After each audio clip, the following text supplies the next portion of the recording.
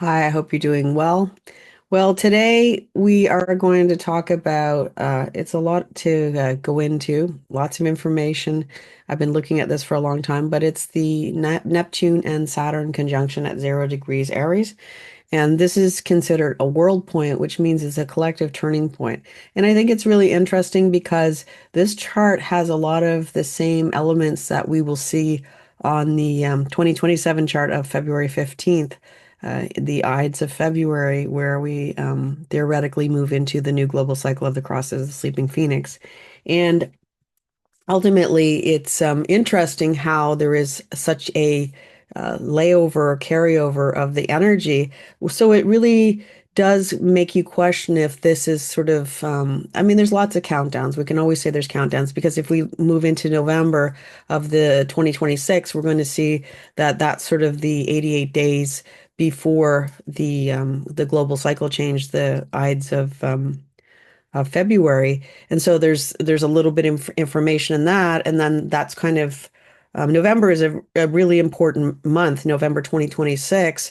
And I will, get into that as we get closer, but it is a very impactful shifting month because it is the beginning of, you could say this is the design of the chart of the new global cycle.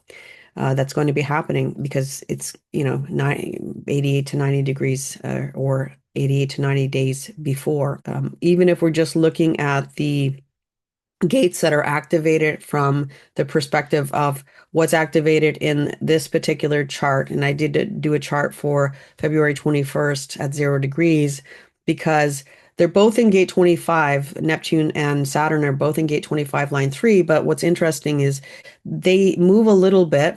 Neptune moves and then Saturn moves, and they both get into gate 25, line 4. And then that's sort of another time where they're conjuncted. And then it's just for a short period of time, and then we move on.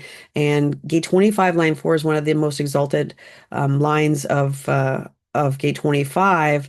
And so this is, to be able to see the beauty in everything despite where it is. This is the rose in the garbage dump is how it's written in the actual Ravi Ching or something like that. I'm paraphrasing, but it is being able to see the beauty within everything, and I think that that is the story of what we're being called to do: seeing the beauty in everything, seeing the potential in everything, seeing that something is in. If you're looking at the world and you're seeing only darkness, there is still light within that darkness. Sometimes we have to peel those layers away, but that's basically what this is saying. There is light within the darkness. But, we are in a time of profound change. And with Saturn and Neptune coming together, we have the conservatism, the stability, the rules, regulations, the institutions as we know them coming together with Neptune in gate 25 and basically saying we're going to soften that all up. We're going to dissolve it. This is moving everything into a new direction. And this is the way. Now, if you look at the locks and keys, and I don't want to really get into that because that can become a little confusing, but the locks and keys are part of each global cycle. It's how we operate based on certain gates. So the gate 25 is a lock, and the key to open gate 25 for the cross of planning and the cross of Maya that we just went through is basically gate 37, and that is it is half of 3740, so you can't really have one without the other. And it is very telling that the nodes are in 3740 right as we speak, and sort of right into May, which is basically saying that the way of family, tribalism, of uh, contracts, of global partnerships, of all the things that we have sort of built our lives around, we don't know any different, are starting to fade away, and the way is moving into something else. So we could almost look at the way as being the lock of how we express ourselves, because spiritually, you could say, because gate 25 is half of the 2151 channel, and that basically is the channel of individual spirituality. It's about, instead of being part of a tribal spirituality, which is about organized religion and sort of being part of the tribe in order to find your spiritual way, the 2551 is about finding your own way. And it really did sort of connect with this 25 being the 3740 channel, which is about the ways through community and families.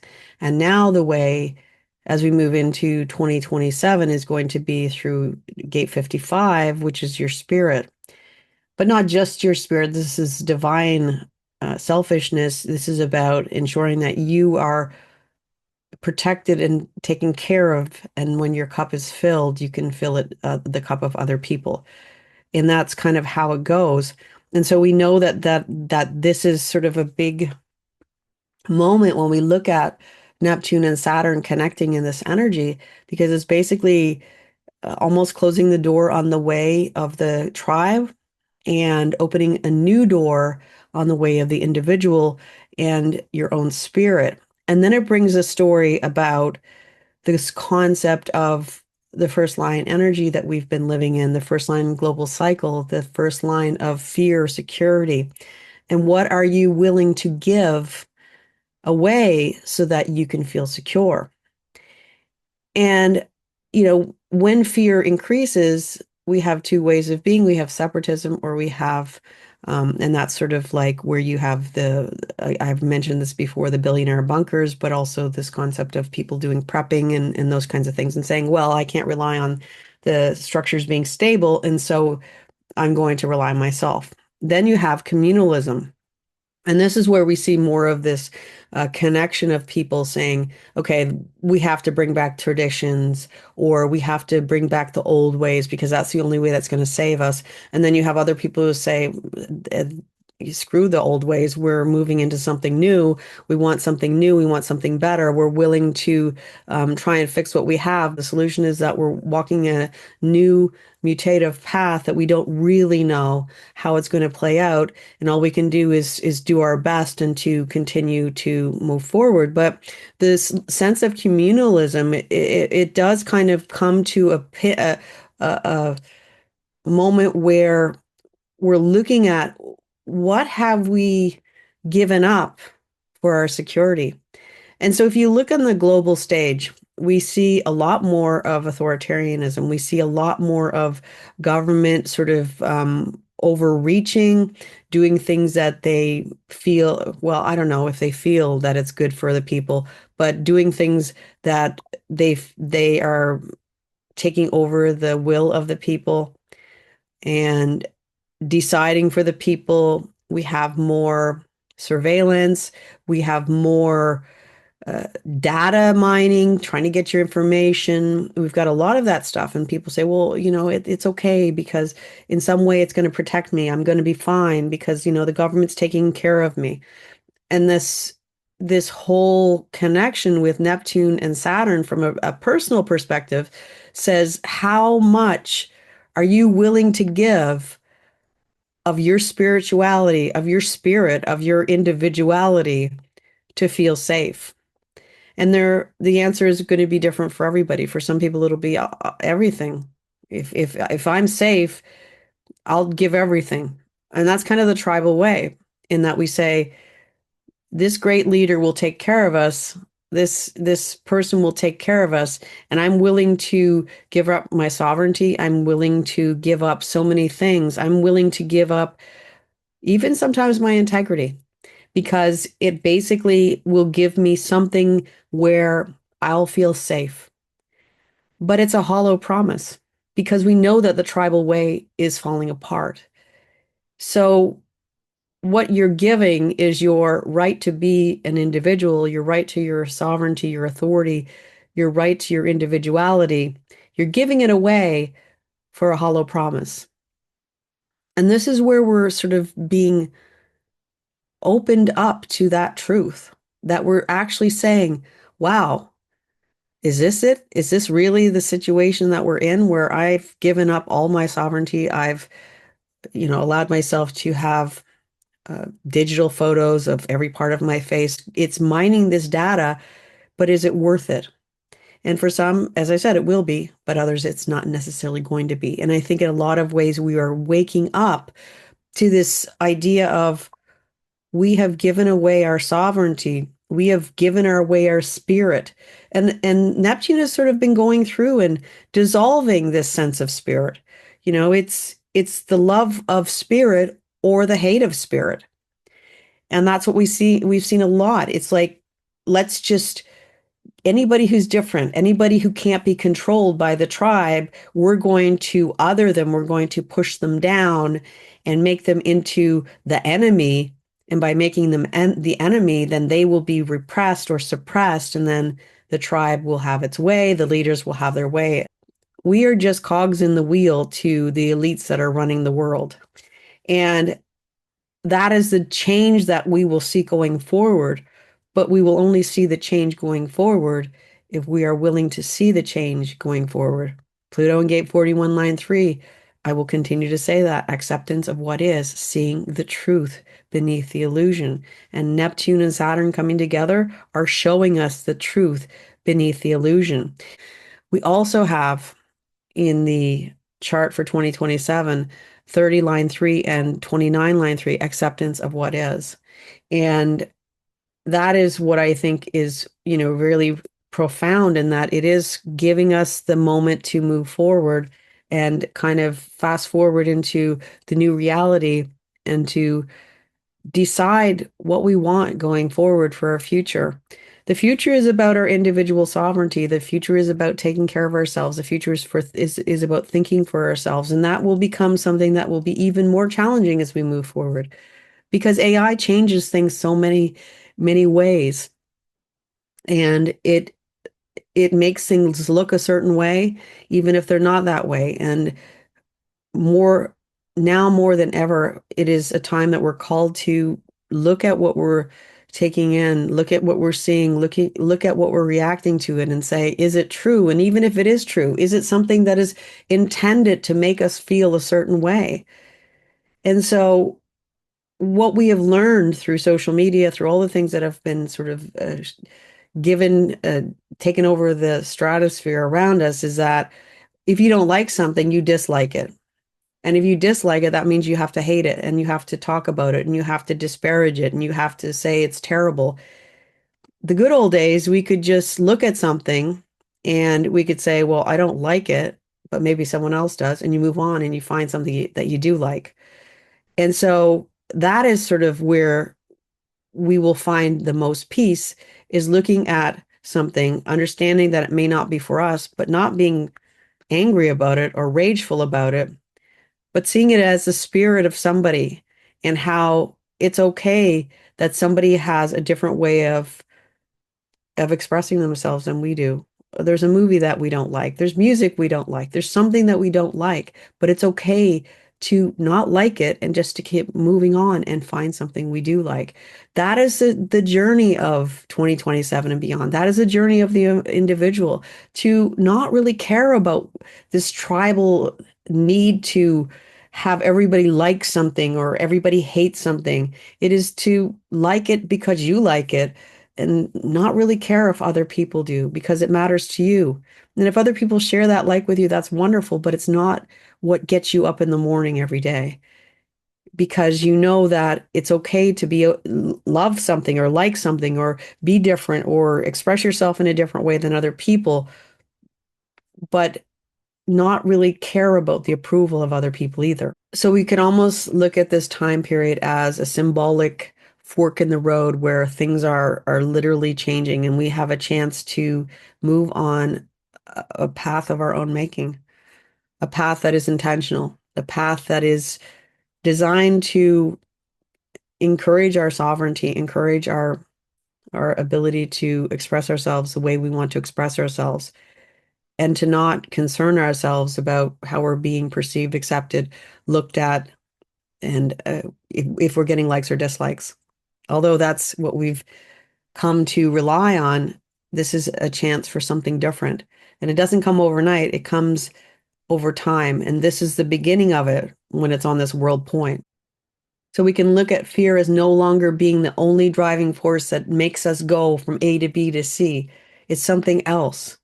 It's an ability to want to express ourselves the way we want to express ourselves. That is what will drive us forward if we allow it to. So we may see, when these two planets come together, we may see more of an overreach, more of grabbing the power by the powers that be, trying to suppress the people. Now, that's not just a day thing. That's sort of something that we may see sort of unfold because there's the tribal background frequency, the 3740 in the background that's always there trying to pull everybody back into that tribal frequency, but that's fading. But it's really powerful until May. And so there will be different people using that energy in different ways. There will be people that are using it to make new communities, to form alliances, to find a commonality, to find organization where you can get things done, that you can start to move in a direction where you feel that like-minded people are working with you. And you also can understand that people who don't always see the way you see can also be of value. And that is where we're moving as well. So there's that potential. But the tribe also is about you have to look and be and talk and do everything exactly the same way as I do. And there's also that potential. And then you have the leadership, which is the will center, which is basically saying, you will follow the rules that I set for you, especially when we have Saturn, when it moves through gate 25, it will be into gate 17 and then finally gate 21. And it basically will be about this concept of uh, tribal control. And I think that you take the most conservative planet, the most structured rules and regulation planet, and you put it in gate 21. And this is sort of really the rise of the tribal elites, the tribal power, the last hurrah, you could say, of trying to gather the power back in, but again, it's hollow. We know that there's nothing there. It's fading. It's like trying to hold on to mist. You can't hold on to it for very long. And this is also where we have Pluto in gate 41 line 3, that's basically that one person that steps off the path, that one person that says enough is enough. I don't see it this way anymore. And that one person shows other people the way that it doesn't have to be like this anymore. We have the right to be something more than we've been told that we are. And that's what this is basically telling us. And then on March 1st, we have Neptune going into gate 25, line 4, and Saturn's already there. And for 3 days, they conjoin in one of the most exalted lines of the Rei Ching. This is called survival. And it is the beauty of the rose and the garbage dump. And this is basically the capacity of seeing beauty in everything, seeing beauty in life.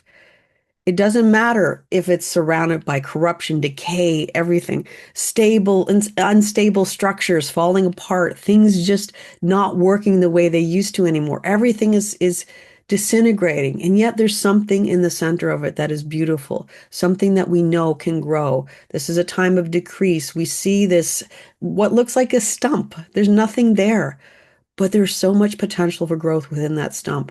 This is you basically trim all the dead wood back and it looks like almost nothing. If you've ever done a really hard prune in any kind of a tree or a bush, there's one tree out there that I've seen before, and I've always see it looks literally they prune it in the fall and it looks like an absolute stick, and you think, well, how can that ever grow back? But in the spring, it does, and it has new shoots and new growth, and that's where we're going in the future. And it is about knowing and believing that this is the path, that humanity doesn't just stop because there's a government we don't like or there's somebody who's in power that we don't like. I mean, World War II happened. There was horrible things happening, and then things started to break and the ice flows broke open and suddenly things started to change and there was a new world that opened up after that. That new world is ending now. And now we're ready to move into another new world. Now, this is a new world that doesn't come with all the tribal alliances and the tribal rules. It's a world that we don't know what it's going to look like. It's a world that can be created by each one of us when we're putting our energy out into the world. Now, this is interesting because where Pluto is it was on the opposite side, or was in the opposition in gate 31 in between 1941 and 1942. And gate 31 is the gate of leadership influence. We're talking globally now.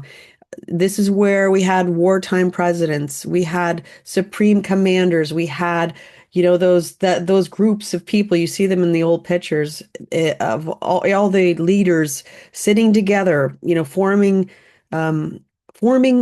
a coalition so that they could fight against the oppression that was spreading across the world. And that's when all these kind of energies were growing. But we know that we're on the other side of it now, where we're decreasing that influential leadership. We're decreasing those wartime, you are the powerful, even bully. You're that supreme leader. That no longer exists for us anymore. That is falling away, although people are clinging to it because it's that savior mentality that we have a difficult time letting go of. They'll save us, they'll take care of us. And I think that this is what we're feeling the most right now, the birth pains of something new, but also this reticence for what we've lost. So we're in that in between stage, understanding that something new is going to be born, and yet we kind of still want what we used to have. But there's the other perspective is that doesn't exist anymore. It is gone. There's an abyss back there, and all we have is where we're moving forward. Now, if we look at the chart of the day that they sort of conjunct in sort of the 25 line 3, Neptune and Saturn, if I'm looking at this as a day, or sort of around that area, we have Mars in gate 49, line 5, looking at the specific chart. And then we see it from 59 line 3 and 55 line 3. And again, this is a global perspective. 55 line 3 is basically saying I was just following orders, and that's a good defense. 49 line 5, where Mars is, we look at aggression, we look at wars, we look at the good general, or not necessarily the right person for the job, but we also have it in detriment, which is basically saying that not following the right principles, doing things that are not in integrity, doing things that are not principled, and making your army, because it is Mars, doing things that are not in integrity, doing things that are not principled. Then we look at gate 41 line 3, and we're looking at this perspective of Pluto saying, okay, we are now in a position where we're saying that one person steps off the line. So you have this moment where people say, no, I'm not going to do that, even though the powers that be are telling me to do that. There will be potentially some people who say, no, I'm not going to do that. And of course, there will be people who say, I will do that, because they have that sense of loyalty. And we question what that means. I don't know how that would look in the big scheme of things, but there's that perspective. And, we move it into like March 1st, and then we have this level of innocence where you're just trying to do what you think is the right thing, but it doesn't always result in the same in what you imagine it will result in. And that's for 25 line 3 as well. That same concept, because it's all called innocence. And it is expecting you're doing something with pureness of heart, and yet it turns out to be something that you never expected it to be. And that, like for instance, Einstein with his theory of relativity and how it became turned into nuclear weapons eventually, guaranteed he didn't want that. He was a pacifist. And I would say that that was probably not his intention, to build something that could basically annihilate people. And so there's that concept of you go into something with innocence, and sometimes it doesn't turn out the way you think it's going to turn out. And then when you have Mercury in gate 22, line 4, this is basically, once again, looking at sort of some level of formal connection, some level of formal, again, army, or some sort of military, or some sort of organization that are basically formally telling you this is how you're supposed to behave. Now, whether or not people will behave that way is another story altogether. We don't know. So we see potentially some kind of a buildup of armies, or some kind of a force of people that are under specific rules, regulations, and of how they're supposed to conduct themselves. Then we have leaders telling them to do things that are not in integrity. Some will agree, while others won't. And then we think that we come up to the point of conservatism of Saturn, the dissolving of Neptune, coming together, seeing that everybody act in some level of innocence in that one was following orders, one wasn't. And this is a result of how it all shows up and plays out in the real world. So some kind of an event that shows up like that. And then if you put the final piece to the puzzle, we look at gate 63, line 3, and that's where Venus is.